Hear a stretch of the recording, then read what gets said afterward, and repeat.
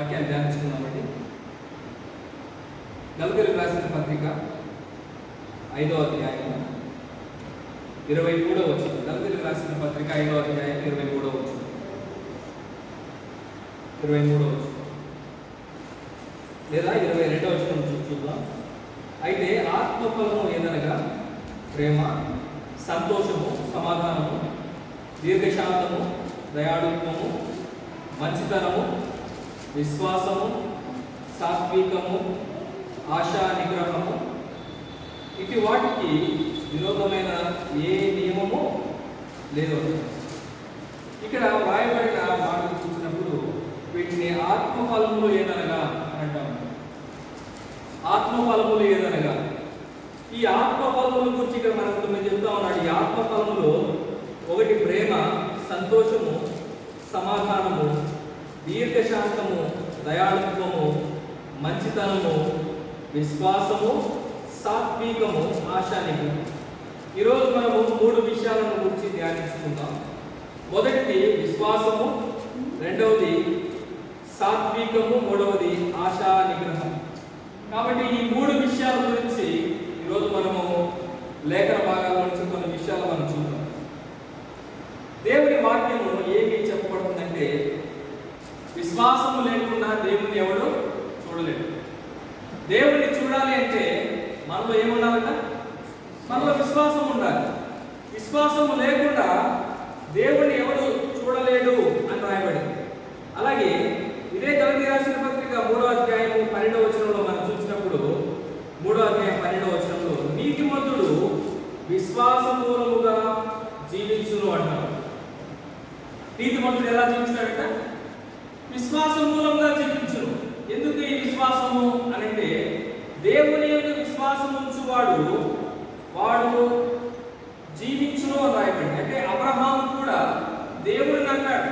దేవుని నమ్మడము అన్నా, దేవుని యందు విశ్వాసం ఉంచడం అన్నా ఈ రెండు ఒకటే. అంటే ప్రియులారా, ఇక్కడ నీతిమంతుడు విశ్వాసము మూలముగా జీవించును. అయితే ఏంటి మన విశ్వాసం? ఈరోజు మనకున్న విశ్వాసం ఏంటి కదా? ఇంట్లో మనం కుక్కను పెంచుకున్నాం అనుకోండి, కుక్క మనకి చాలా విశ్వాసంగా ఉంటుంది, చాలా విశ్వాసంగా ఉంటుంది. అయితే క్యూబా దేశంలో ఒక కుక్కను గురించిన ఒక రైల్వే స్టేషన్ ఉంది. క్యూబా దేశంలో ఒక రైల్వే స్టేషన్లో ఒక కుక్క ఉంది. ఆ యొక్క కుక్క పేరు నాకు అంత గుర్తు లేదు, కానీ ఆ కుక్క పేరు ఆ రైల్వే స్టేషన్ పెట్టారు. ఎందుకు ఆ కుక్క పేరు ఆ రైల్వే స్టేషన్ పెట్టారంటే, అది పసిపిల్లగా ఉన్నప్పుడు ఒకడు రోడ్డు మీద వెళ్తూ ఆ కుక్కను చూశాడట. కుక్కను చూసి అయ్యో ఈ కుక్క కొంచెం కాలు దెబ్బతగిలిందని చెప్పి జాలి పడి దాన్ని ఇంటికి తీసుకొని వచ్చాడు. ఆ కుక్కని ఇంటికి తీసుకొని వచ్చి దాన్ని గాయం కట్టి తన ఇంట్లో ఆ యొక్క కుక్కను పెంచుకుంటా ఉన్నాడు. కుక్క పెరిగింది, పెద్దదైంది. కుక్క పెరిగి పెద్దదైన తర్వాత ఈయన వేరే ఊరికి రోజు అప్పడం అలా ప్రయాణం చేస్తూ వస్తూ ఉంటాడు. ట్రైన్లో వెళ్ళి వేరే ఊర్లోకి వెళ్ళి ఆయన ఒక లెక్చరర్గా ఉన్నాడు. అక్కడ వెళ్ళి పాఠాలు బోధించి మళ్ళా సాయంత్రం మళ్ళా వస్తాడు. అంటే ఈ కుక్క రైల్వే స్టేషన్ దాకా తన యజమానితో పాటు వెళ్తుంది. యజమానితో పాటు వెళ్ళి ఆ యొక్క రైల్వే స్టేషన్లో తన యజమాని సెంటర్ ఇస్తుంది, క్యారేజ్ బాక్స్ తీసుకొని వస్తుంది. తీసుకొని వచ్చి తన యజమానికి ఇస్తుంది. తన యజమానుడు ట్రైన్లో వెళ్ళిపోతాడు. మళ్ళా సాయంత్రం అయ్యేసరికి ఒక 5కో 6కో మళ్ళా ఆ యొక్క ట్రైన్ మళ్ళీ రిటర్న్ వస్తుంది. రిటర్న్ వచ్చినప్పుడు తన యజమానుడు వచ్చే ఈ కుక్క అక్కడ ఉంటుంది. తన యజమానుడితో పాటు కలిసి తన ఇంటికి వస్తుంది. అయితే ఒకరోజు తన యజమానుడికి ఆ యొక్క డ్యూటీలో ఉన్నప్పుడు హార్ట్ అటాక్ వచ్చింది. అతడు చనిపోయాడు. చనిపోయిన తర్వాత అతన్ని ఇంటికి తీసుకొని రాకుండా నేరుగా శ్మశాన వాటికి తీసుకొని వెళ్ళిపోయి అక్కడే సమాధి కార్యక్రమాలన్నీ చేసి అయిపోయింది. అయితే ఈ కుక్క తన యజమానుడు వస్తాడు, వెళ్ళాడు కదా, తన యజమానుడు వెళ్ళాడు కదా, వాళ్ళ రిటర్న్ వస్తాడు అన్న ఉద్దేశంతో ఈ కుక్క ఏమవుతుందంటే రోజు వస్తుంది, ఆ రైల్వే స్టేషన్ నిలబడుతుంది, ఆ ట్రైన్ దగ్గర చూస్తూ ఉంది, వచ్చే పోయే జనాలందరినీ చూస్తూ ఉంది. అయితే అక్కడ తన యజమానుడు మాత్రం రావడం. ఎంతో మంది ప్రయాణికులు వస్తూ ఉన్నారు, వెళ్ళిపోతూ ఉన్నారు. అయితే ఎంతో మంది వచ్చి వెళ్తూ ఉన్నప్పటికీ తన యజమానుడు మాత్రం కనపడలేదు. అలాగే కొన్ని సంవత్సరాలు గడిచిపోయాయి, కానీ ఆ కుక్క మాత్రము తన యజమానుడి పట్ల విశ్వాసం కోల్పోయింది. ఏదో ఒక రోజు నా యజమానుడు వస్తాడు, ఏదో ఒక రోజు నా యజమానుడు వస్తాడు అన్న ఆయన ఏకైక విశ్వాసం. ఆ విశ్వాసాన్ని బట్టి ఆ కుక్క ప్రతిరోజు రైల్వే స్టేషన్లో ఉండేది, కనిపెట్టేది. చివరికి తన యజమానుడు లేడన్న ఆ యొక్క తన యజమానుడు కనపడలేదన్న దిగులుతో అది చింత వేసుకొని సరిగ్గా తినక తన యజమానుడి కోసం ఎదురు చూస్తూ చూస్తూ ఒకనొక రోజు ఆ రైల్వే స్టేషన్లో చనిపోయింది. అంటే ఒక కుక్కకున్న విశ్వాసం, ఒక కుక్కకున్న విశ్వాసం, తన యజమానుని చూడాలి అన్న విశ్వాసం.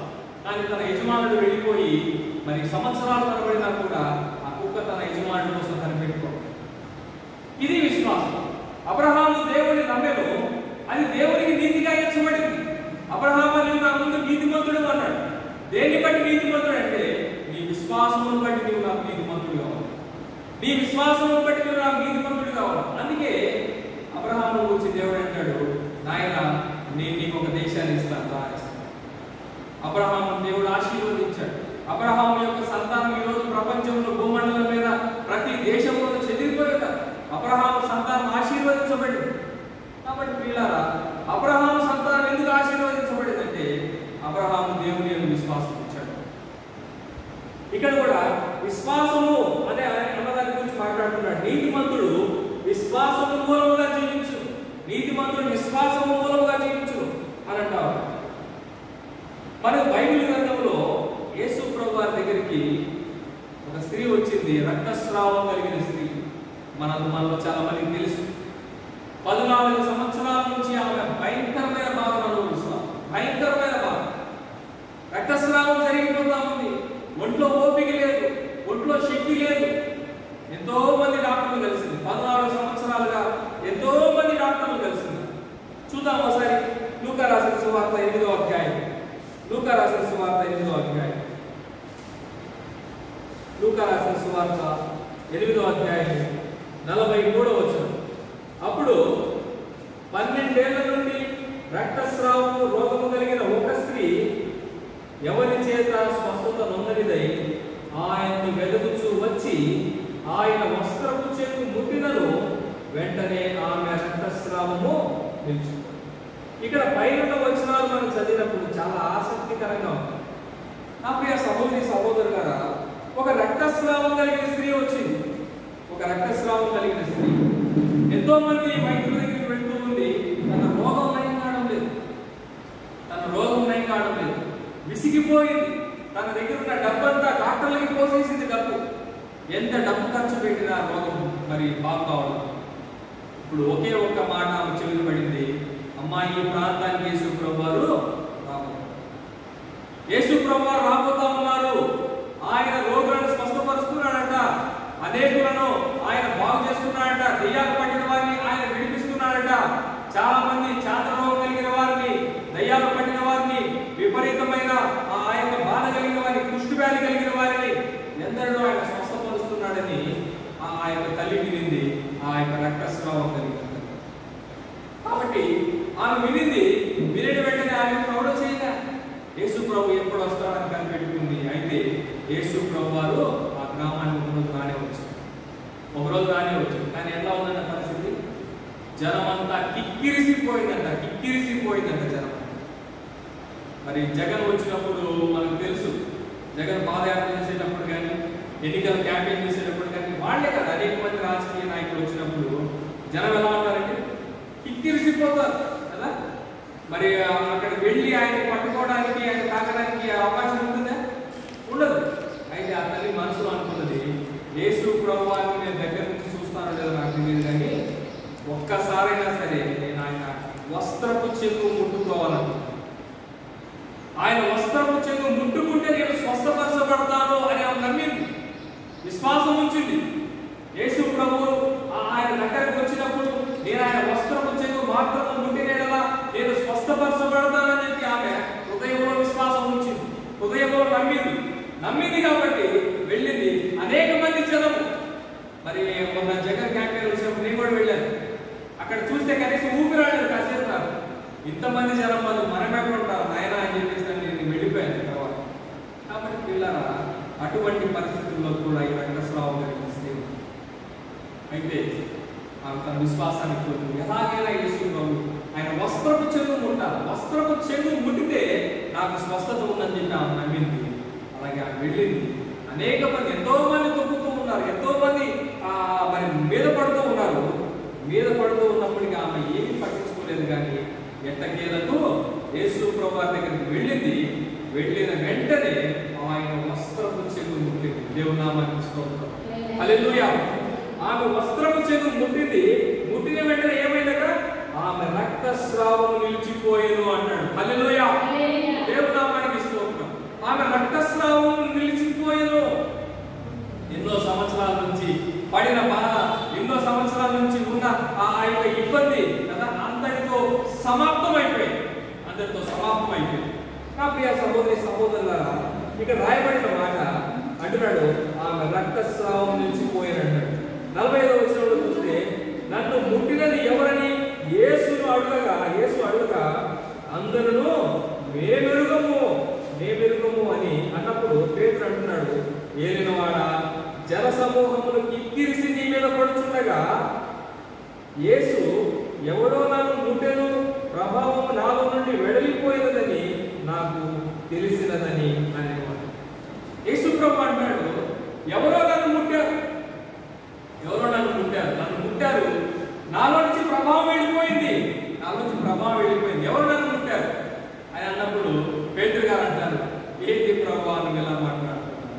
జనాన్ని చూడు ప్రభు, ఎంతమంది ఉన్నారు, ఒక్కొక్కడు వచ్చి మీద పడతాడు, ఈడొచ్చి మీద పడి, వాడొచ్చి మీద పడి, ఇంతమంది కింద మీద పడతా ఉంటే, తొక్కిసనాలు జరుగుతూ ఉంటే, నన్ను ముట్టిన వాడు ఎవడంటే ఎవడని చెప్తాం ప్రభు ఇంతమందిలో కదా, ఎవడని చెప్తాం ప్రభు ఇంతమందిలో అంటే అక్కడ ప్రభు అంటాడు, లేదు నన్ను ఎవరో నాలో నుంచి ఒక ప్రభావం వెళ్ళింది అని యేసు ప్రభు అంటున్నాడు.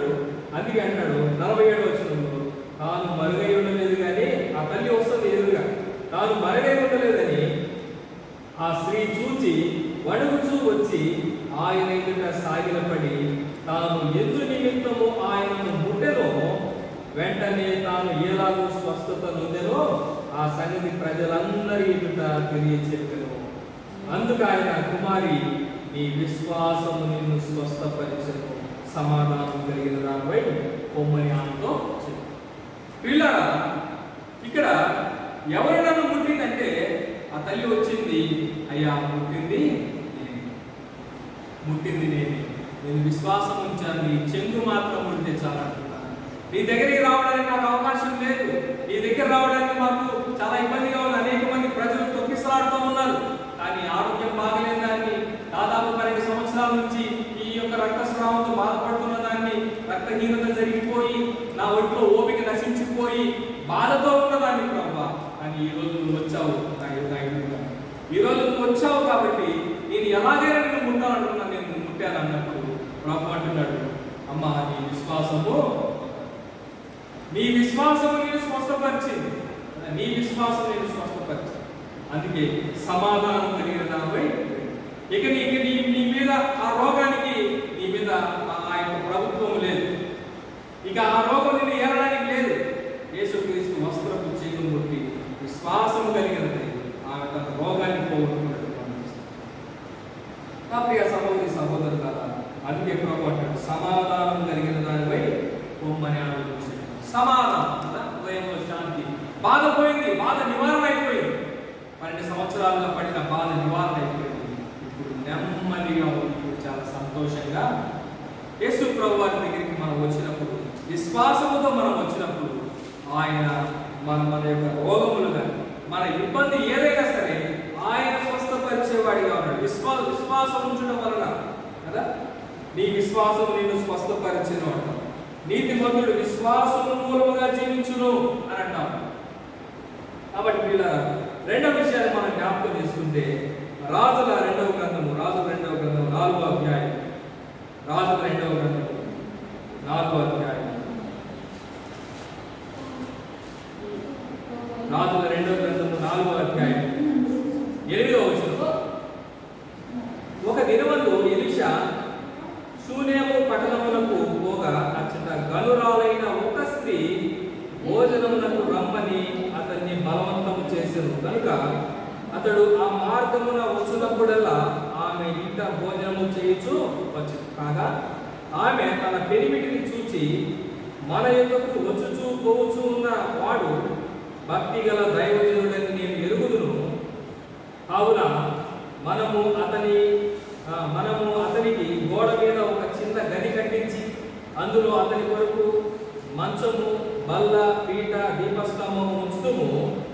అతడు మన యొద్దకు వచ్చినప్పుడల్లా అందులో బస చేయించు వచ్చును అని చెప్పారు. కాబట్టి షూనేము ప్రాంతంలో ఒక ధనురాలైన స్త్రీ ఉంది. ఆమెకి కొంచెము ఆస్తి ఉంది, డబ్బు ఉంది కదా. షూనేము పట్టణంలో ఒక ధనురాలైన స్త్రీ ఉంది. ఈ ధనురాలైన స్త్రీ ఒక దైవజనుడిని చూసింది. ఆ దైవజనుడే ఏలియా. ఏలియా గారు వచ్చినప్పుడు ఆమె చూస్తూ ఉంది. ఆ చూచి ఆమె ఊరుకోలే. ఏమంటుంది? ఓ దైవజనుడా, నీవు మా ఇంటికి వచ్చి భోజనం, మా ఇంటికి వచ్చి భోజనం తిను కదా. ఎలిజబెత్ అక్క కూడా వచ్చినప్పుడల్లా నాకు భోజనం పెట్టకుండా పంపింది. ఏదో కనుక తిని పోవాల్సిందే. 10 నిమిషాలు ఆయన 10 నిమిషాలంటే ఉడుకుతుంది కదా. ఎంత ప్రేమ నా ప్రియ సహోదరి సహోదరులారా. ఇక్కడ ఆ యొక్క ధనురాలైన స్త్రీ ఏమంటుంది? మా ఇంటికి వచ్చి భోజనం చేసి వెళ్ళు దైవజనుడు అని ఆ యొక్క దైవజనుడిని పిలుస్తాం. అయితే ఆ దైవజనుడు బలవంతం చేస్తా ఉన్నప్పుడు అతడు వచ్చినప్పుడల్లా తన ఇంట భోజనం చేయించు. అంత మాత్రం ఊరుకోలేదు. వచ్చుచున్నవాడు దైవజనుడు అని నమ్మి ఆమె ఏం చేసిందట? తన ఇంటి మీద మేడ మీద ఒక గదిని ఏర్పాటు చేసింది. అలాగే ఒక మంచము, ఒక దీపస్తంభము, ఒక బల్ల, అవన్నీ ఏర్పాటు చేసింది ఆ దైవజనుడి కోసం. వచ్చినప్పుడల్లా ఆ దైవజనుడు ఇక్కడ నా ఇంట్లో ఉంటాడు, నా ఇంట్లో బస చేస్తాడు, నా ఇంట్లో తింటాడు అని ఆ యొక్క దైవజనుడి కోసం ఒక ప్రత్యేకమైన ఒక గదిని ఆమె ఏర్పాటు చేసింది. చూడండి, ఆమె ఎవరి కోసం చేసిందట? ఆమె దైవజనుడని నమ్మింది. దైవజనుడని నమ్మి అతని కొరకు ఒక బలను ఏర్పాటు చేసింది, అతని కొరకు ఒక గదిని ఏర్పాటు చేసింది. ఈరోజు దైవజనులు అంటే చాలా మంది చాలా సులభంగా అనుకుంటారు.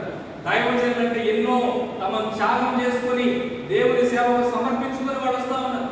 తమ ఉద్యోగాలను సమర్పించుకున్నారు, తమ వ్యాపారాలను సమర్పించుకున్నారు, తమ కుటుంబాన్ని సమర్పించుకున్నారు. వీటన్నిటిని విడిచిపెట్టి కేవలం దేవుని కొరకు వాళ్ళు ఈరోజు అనేక పట్టణాల్లో తిరుగుతూ దేవుని వాక్యాన్ని ప్రకటిస్తూ ఉంటారు. ఎంతో మంది బయట దేశాల నుంచి ఈ దేశానికి వచ్చారు. ఎంతో లగ్జరీలు కలిగిన దేశం వాళ్ళ దేశం.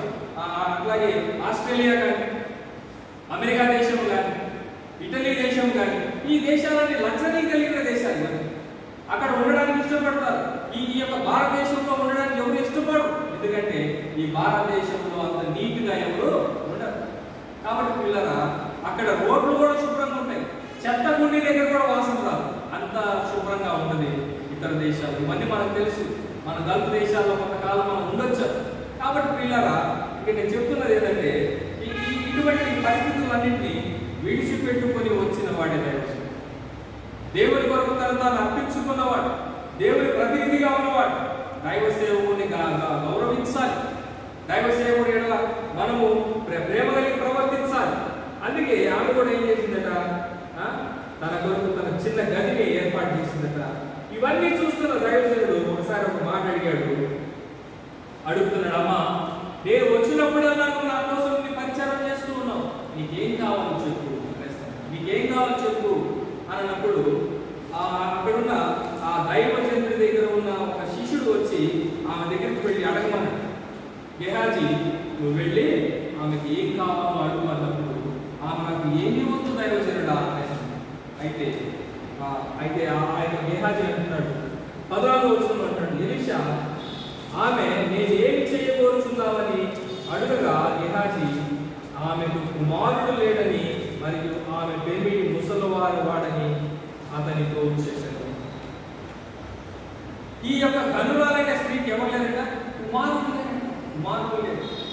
అయితే ఆ యొక్క దైవజనుడికి అన్ని ఆ సదుపాయాలు చూస్తూ ఉంది, మేడగలి కట్టించింది, అన్నపానములు చూస్తూ ఉంది, కొరత లేకుండా దైవజనుడు చూసుకుంటా ఉంది.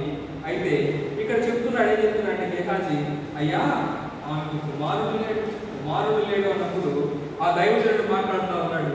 16వ వచనం, ఆమె వచ్చి ద్వారమునందు నిలువగా ఎలీషా మరుసటి ఏట ఈ ఋతువున నీ కౌగిట కుమారుడు ఉన్నదని ఆమెతో చెప్పాడు.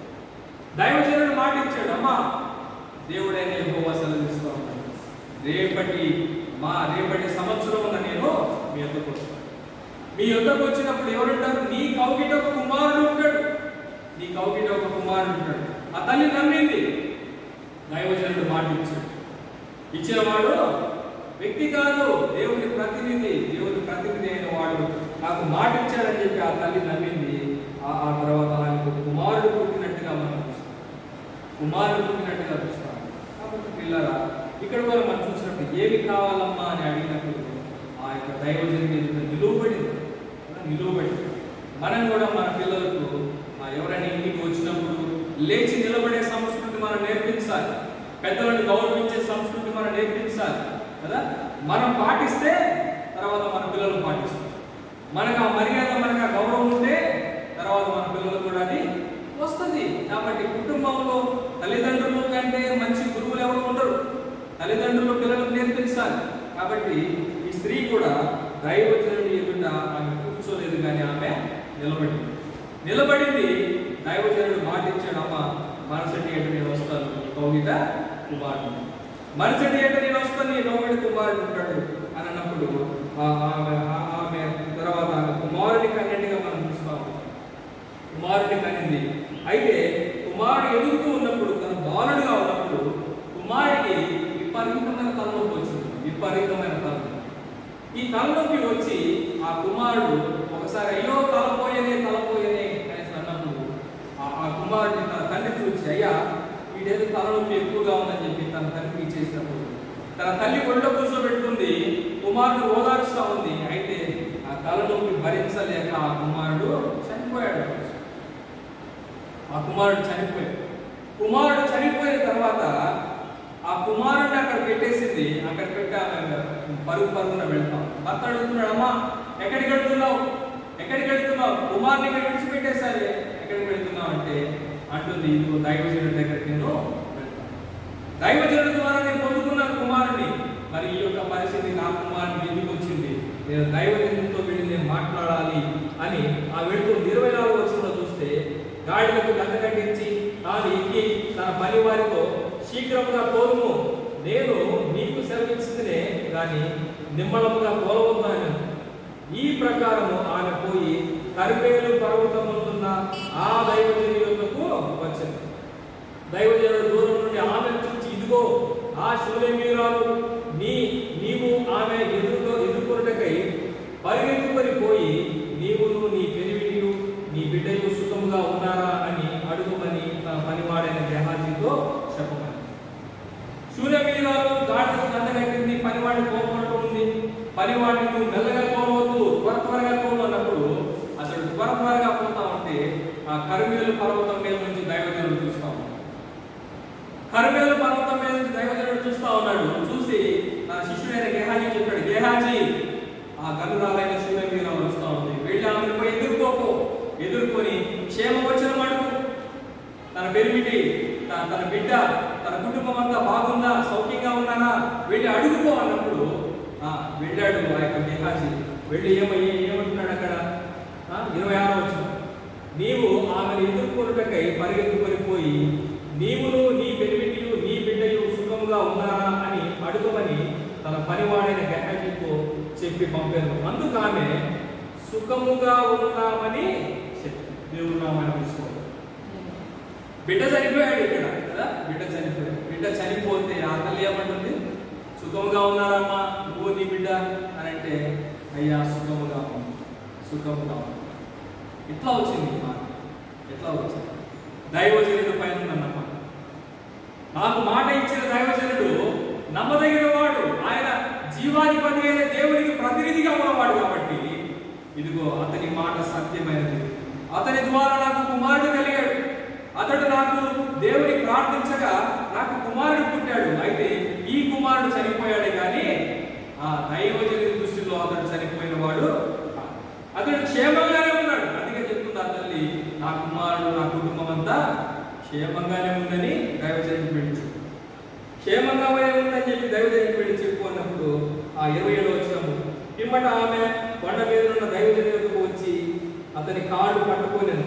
గెహాజీ ఆమెతో తోలివేయుటకు దగ్గరకు రాగా, దైవజనుడా, ఈమె బహు వ్యాకులముగా ఉన్నది, యెహోవా ఈ సంగతి నాకు తెలియజేయక మరుగు చేసింది, ఆమె జోలికి పోవద్దని నేను ఆజ్ఞయించి. కాబట్టి పిల్లలు అవన్నీ చెప్తా ఉంది.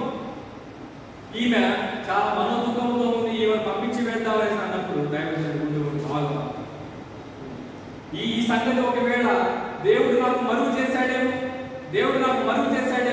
ఇప్పుడు నేను దేవుడిని అడుగుతానని చెప్పి అడిగినప్పుడు పిల్లరా తన కుమారుడు చనిపోయిన సంగతి ఆ దైవజనుడికి చెప్తాను. అయ్యా, నా కుమారుడు చనిపోయింది. 32వ వచనంలో చూసినప్పుడు ఎలీషా ఆ ఇంట వచ్చి బాలుడు మరణమైంది, తన మనసు మీద పండబెట్టి ఉండట చూచి. ఇప్పుడు దైవజనుడు ఎక్కడికి వచ్చాడు? ఆ శూన్యరాలైన ఇంటికి వచ్చాడు. తన దీపస్తంభము, తన బల్ల, తన మంచము మీద ఎవరున్నారు? ఇప్పుడు ఆ బాలుడిని పట్టుకోబెట్టారు. దైవజనుడు ఉండవలసిన ఆ ప్రదేశంలో ఆ చనిపోయిన బాలుడిని పెట్టేశారు. చనిపోయిన బాలుడిని పెట్టినప్పుడు, అయ్యా ఇదిగో నీవు దేవుని ద్వారా నాకు అనుగ్రహించిన కుమారుడు ఇక్కడ చచ్చిపోయి పడి ఉన్నాడు చూడన్నప్పుడు ఆ దైవజనుడు తన ముఖము మీద ముఖము పెట్టి తన మూతితో ముద్దు పెట్టి తన కంఠను తన ముఖమును కౌగలించుకొని అతని మీద పండుకొని ఉన్నప్పుడు ఆ దైవజనుల్లో ఉన్న వెంట ఆ కుమారునికి సంభవించినప్పుడు అతడు 7 మార్లు దుమ్మి మరలా బ్రతికనని దేవుని మాటను సరిస్తాం. హల్లెలూయా. నా ప్రియ సహోదరులారా, ఇక్కడ ఆమె విశ్వాసం కలిగినది ఆ యొక్క దైవజనుడి దగ్గరికి వచ్చింది. దైవజనుడా, నీవు దైవజనుడు అని నేను ఎరుగుదు, మా యొక్కకు వచ్చుచూ పోవచ్చు ఉన్నవాడు దైవజనుడని మేము ఎరుగుదుము అని అంటాం. ఈరోజు దైవజనులను సంఘాలు నమ్మాలి. దైవజనుడి మీద నమ్మకము లేకుండా మీరు ఉండకూడదు. దైవజనుడు మాకు ప్రార్థించినప్పుడు మాకు ఈ మేలు జరుగుతుంది అని మీరు నమ్మినట్లయితే ఖచ్చితంగా దైవజనుడి ద్వారా దేవుడు ఆ కార్యాన్ని సఫలపరిచేవాడిగా ఉన్నాడని లేఖనాలు చదివిస్తాము. మేము అల్పులమే కావచ్చు, కానీ మా వెనుక ఉన్నవాడు బహుబలవంతుడు కదా. మేము ఘనహీనులమే కావచ్చు, కానీ మా వెనుక ఉన్నవాడు ఘనమైన వాడు. ఆయన మహాకాశాలను సృష్టించిన వాడు, నరుల హృదయాల్లో మరి ధర్మశాస్త్రం ఉంచినవాడు, నరుల శరీరాల్లో జీవవాయువు ఉంచినవాడు. ఆయన సర్వోన్నతుడైన దేవుడు, సార్వభౌమాధికారం కలిగిన ఆయనకు లోబడి అధికారం ఏదీ లేదు, సమస్తము ఆయనకు లోబడి ఉన్నది. అందుకే దేవుడు వాక్యం సెలవిస్తా ఉంది, ఆ కుమారుడు బ్రతికాడు. కనుక పిల్లరా, దైవ సేవకులు వచ్చి ప్రార్థన చేసినప్పుడు చనిపోయిన కుమారుడిని బ్రతికించుకుంది, అది విశ్వాసం. కాబట్టి మనలో ఉన్నదా ఈ విశ్వాసం? మనలో ఇంటి విశ్వాసం ఉంటే మన కుటుంబాలు చక్కబడతాయి. మనలో ఇంటి విశ్వాసం ఉంటే మన జీవితాలు బాగుపడతాయి. అందుకే అంటున్నాడు, విశ్వసించిన వాడు కలవరపడడు అని రాయబడి. చూద్దాం ఒకసారి ఆ మాట. యెషయా గ్రంథము 28వ అధ్యాయం. యెషయా గ్రంథం 28వ అధ్యాయం. యెషయా గ్రంథము 28వ అధ్యాయం 16వ వచనం. ప్రభువు యెహోవా ఇలా సెలవిస్తున్నాడు, సీయోనులో పునాది రాతిని వేసిన వాడును నేనే, అది పరిశోధించబడిన రాయి, అమూల్యమైన తలరాయి, బహు స్థిరమైన పునాది కలిగిన మూలరాయి ఉన్నది, విశ్వసించిన వాడు కలవరపడడు అని రాయబడి. నా ప్రియ సహోదరి సహోదరులారా, మీలో విశ్వాసం ఉంటే మీలో కలవరపడదు. కాబట్టి మీరు విశ్వసిస్తున్నారా? ఆ శూన్యమిరాలు విశ్వసించి తన కుమారుని మరలా తగ్గించుకుంది. ఆయన రక్తస్రావం కలిగిన స్త్రీ విశ్వసించింది, తన రోగాన్ని బాగు చేసుకుని వెళ్ళింది. ప్రభు వాక్యం సెలవిస్తా ఉంది, నీలో విశ్వాసం ఉంటే నీలో కలవరము ఉండదు. నీతిమంతుడు విశ్వాసం మూలముగా బ్రతుకును అన్నాడు. నీలో విశ్వాసం ఉంటే దేవుడిని బ్రతికించేవాడిగా ఉన్నాడు. నీలో విశ్వాసం ఉంటే నీ కలవరాన్ని తొలగించేవాడిగా ఉన్నాడు. నీలో విశ్వాసం ఉంటే నీ కుటుంబాన్ని కట్టేవాడిగా ఉన్నాడు. నీలో విశ్వాసం ఉంటే నీ బ్రతుకులు బాగు చేసేవాడిగా ఉన్నాడు. ఈరోజు మనుషులు ఎన్నో శ్రమల్లో ఉన్నారు, ఎన్నో ఇబ్బందుల్లో ఉన్నారు, ఎన్నో బాధల్లో ఉన్నారు. మీ బాధలన్నిటికీ మీ విశ్వాసం వల్ల మీ బాధలు సమాప్తమవుతాయని దేవుని వాక్యము సెలవిస్తాము. కాబట్టి ఏడ్చుచు పనులు వేసేవాడు మరి సంతోషంతో పనులు మోసుకొని వచ్చునని లేఖనం చెప్తాం. నీవు విత్తేటప్పుడు కన్నీళ్లతో విత్తువాడు, కన్నీళ్లు కార్చుకుంటూ నాటుతూ ఉన్నాడు ఒకడు పొలం. అయ్యో మరి ఈ పొలం పండుతుందా? పండుగ ఎంతో టైం పడుతుంది. పొలం పండుగ ఏ 6 నెలల 7 నెలల్లో పడుతుంది, ఒక్కోసారి సంవత్సరం పడుతుంది కదా. పండుగదా అని చెప్పేసి కన్యలో పుట్టిన వాడు ఏం చేస్తున్నాడట? సంతోషం అని పంట కోస్తాడు. సంతోషం అని పంట కోస్తాడు. ఎలా కోస్తున్నాడు? విశ్వాసం ఉండాలి. విశ్వాసము లేకపోతే మనము ఫలించము అని రాయబడింది. విశ్వాసము లేకపోతే మన జీవితాలు బాగుపడవు అని రాయబడింది. విశ్వాసము లేనివాడు దేవుడిని చూడడం అని రాయబడింది. నీలో విశ్వాసం ఉంటే దేవుడిని చూసేవాడు కాదు, దేవుడిని చూసేదాని కాదు, దేవుడిని చేస్తాడు. కాబట్టి పిల్లల మనం దైవ సేవకుని గౌరవిద్దాం, దైవ సేవకులు మనం చేర్చుకుందాం. ఎందుకంటే దైవ సేవకులు ఏ కష్టాల్లో ఉన్నారో మనకు తెలియదు. దైవ సేవకులు చూడడానికి మంచి బట్టలు వేసుకోవచ్చు, దైవ సేవకులు చూడడానికి మంచి సూటు బూటు వేసుకొని ఉండొచ్చు, కానీ వాళ్ళు బయట కనపడతారు, కానీ వారి వెనకాల చాలా బాధలు, ఇబ్బందులు కదా. వారు నీ బాధల కోసం వాళ్ళు ప్రార్థన చేస్తారే కానీ తన బాధలు మీకు చెప్పుకునేవాడు కాదు. తన బాధలు దేవుడికి చెప్పుకుంటాడు. కాబట్టి ఎన్నో విషయాల్లో గొడవపడిన వాడు అయినప్పటికీ నేను బాగానే ఉన్నాను, మీరు బాగుండండి అని చెప్పి ప్రార్థన చేసేవాడు దైవజనుడు. కాబట్టి పిల్లరా మనం విశ్వాసం ఉందాం, మనం దైవజనుడిని నమ్ముదాం, దేవుని నమ్ముదాం, దేవుడు మన కార్యాలు చేస్తాడని నమ్ముదాం కదా. మన కుటుంబాలు దేవుడు కడతాడని నమ్ముదాం. గర్భఫలం లేని వాడు కూడా మనకు దేవుడు గర్భఫలాన్ని ఇస్తాడని మనము నమ్ముదాం. కాబట్టి ఈ వాక్యాన్ని ఇక్కడ ముగిస్తూ ఉన్నాను. మీ అందరికీ ప్రేమపూర్వకమైన వందనాలు. ప్రార్థన చేసుకుంటాం. ప్రార్థన చేసుకుంటాం. మమ్మల్ని మిక్కిలిగా ప్రేమించిన మా ప్రియ పరలోకపు తండ్రి,